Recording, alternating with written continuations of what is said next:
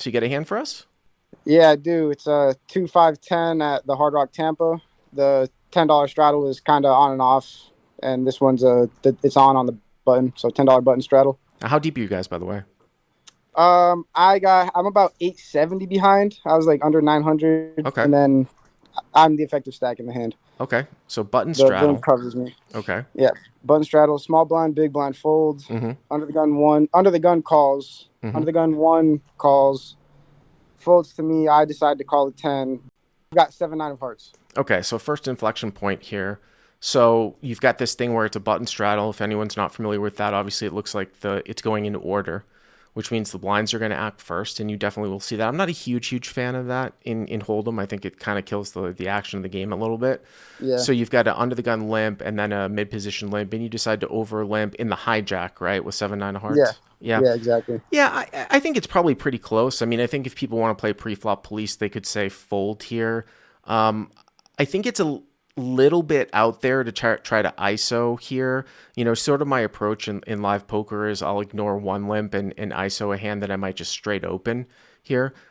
With two limps, it gets a little bit wider, and I would like to see you have some more stack depth here. The problem here with ISOing this hand at only like 87 bigs is, you make it like 50, and a lot of the tools are kind of taken away from you. So I still think that it's probably close enough to a neutral EV play to over limp here in this spot with a couple guys behind you where it's okay, but some guys might get on you for a fold.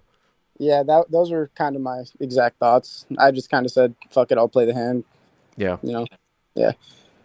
So button makes it 30, and everybody calls. So button raises to 30. Isn't that super small? It is. That's exactly my thought.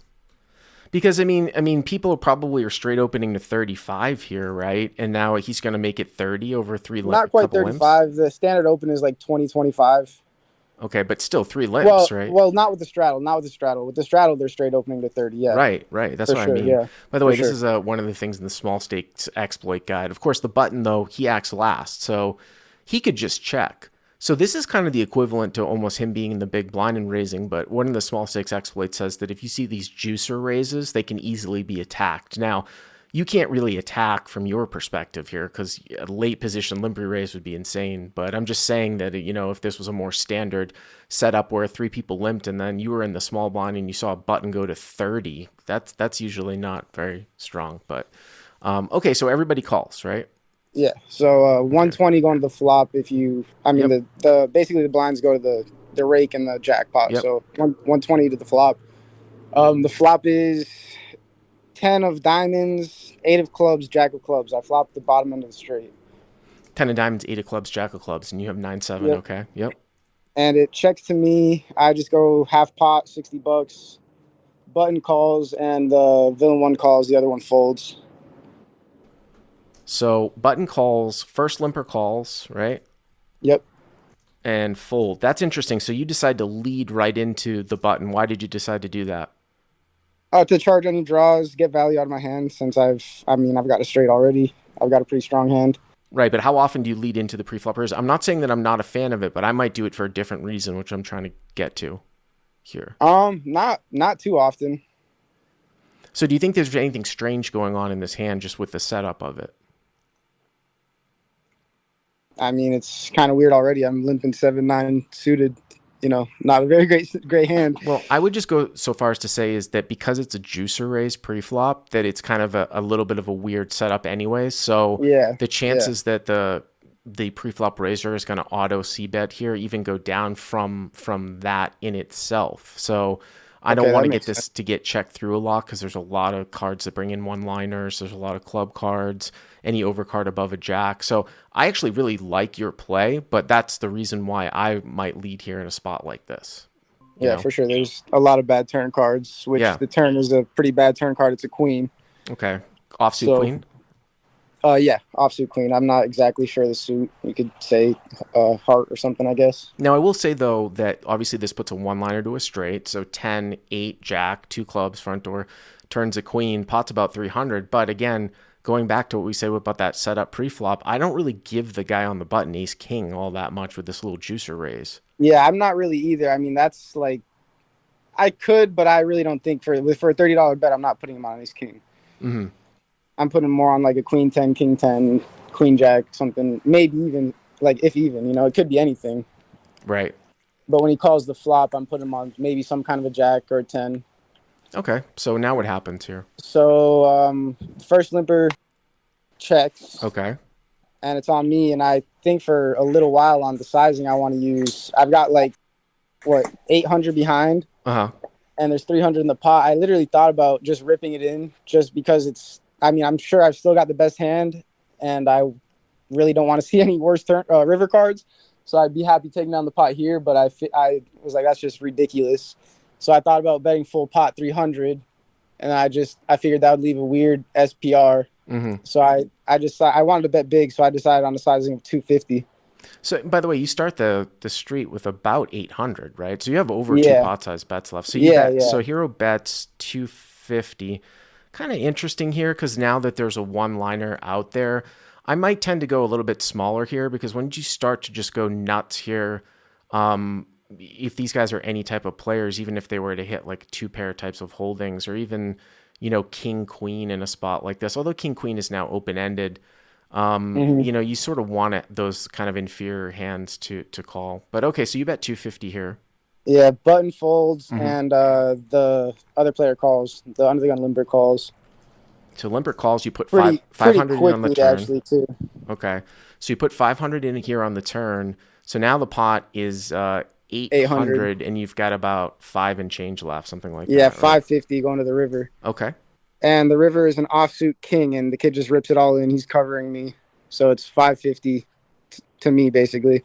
Wow. So rivers, I'm And going to put the king of diamonds out here. So we've got a board of 10-8 jack with two clubs, right? Turn is a queen. And now the river is a king, which of course puts a one liner out there to an ace. any ace. Right, right. And he ships for like 550, right? Yeah, exactly. And this kid loves the bluff. I've played with him in the past. I actually moved to the table like specifically to play with him, basically.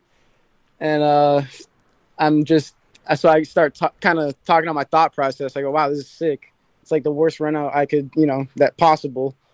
Um, Let me ask you this and question here, William. Which ace are you concerned about here? How does he have an ace here? nut flush draw. I'm putting him on any like ace deuce through ace. I mean, not ace nine because obviously he's got a straight there. So any ace deuce through eight of clubs, like any suited ace for nut flush draw. Right. I mean, because when he calls it 250 on the turn, I really put him on the nut flush draw. Is exactly what I put him on. Now, And now I will say that this is a 2-5 game, obviously with a button straddle, but I don't know what kind of player this guy is. But what I will kind of sort of turn this around if I was in your position here. You said, "Oh well, the guy loves to bluff," but put yourself in your opponent's perspective his here. shoes, exactly. This is what comes into my decision on the river. Right. Put yourself in your opponent's perspective here. How do you, if you're your opponent and you're playing against yourself, how do you have an ace here? Yeah, I really don't. I kind of thought. Well, I kind of thought about that. I really don't have any aces in my range So when because I'm you bet the flop barreling and this you bet the heavily. turn, right? You're not going to have ace king. Now, Yeah, maybe you could have like ace nine here, which is a straight and then it's sort of a weird kind of open-ended towards the top yeah. end. Open ended on the flop, turn straight. So if I could ever find a bluff here in this perspective, now the only thing about this that concerns me a little bit is that again something out of small stakes exploits is that he kind of has to have a pair here that turns into a bluff, which people don't necessarily do. But there are certain people that would recognize that like a 10 or an 8 or some sort of pair might not be isn't going to be good here at the end because it's a little bit, I would say, optimistic for him to like have 5-6 of clubs here for a stone cold bluff. You Yeah, know what I'm saying? But with that yeah, being said, if you have any history and you think he's maniacal at all, you're getting 1350 for about 550. So you're getting over 2.5 to 1. If we take a look at this yeah, from like an MDF perspective, what else can you have here? Because I would make the case that you just so rarely have an ace that if you're ever trying to find some other hands to call down with, then a nine would be one of them, right? yeah. I mean, it would have to be right. I mean, I would think so. I mean, I would think so. I think this would be a pretty exploitable fold, to be honest with you. What ended up happening? So I asked him, I'm kind of talking my thinking process out loud, saying he's got to have a nut flush or I'll call him such a large bet on the turn. I asked him if he's going to show if I fold. He goes, yeah, sure. I guess I'll show you how to respect that. We're cool. I'll show you how to respect.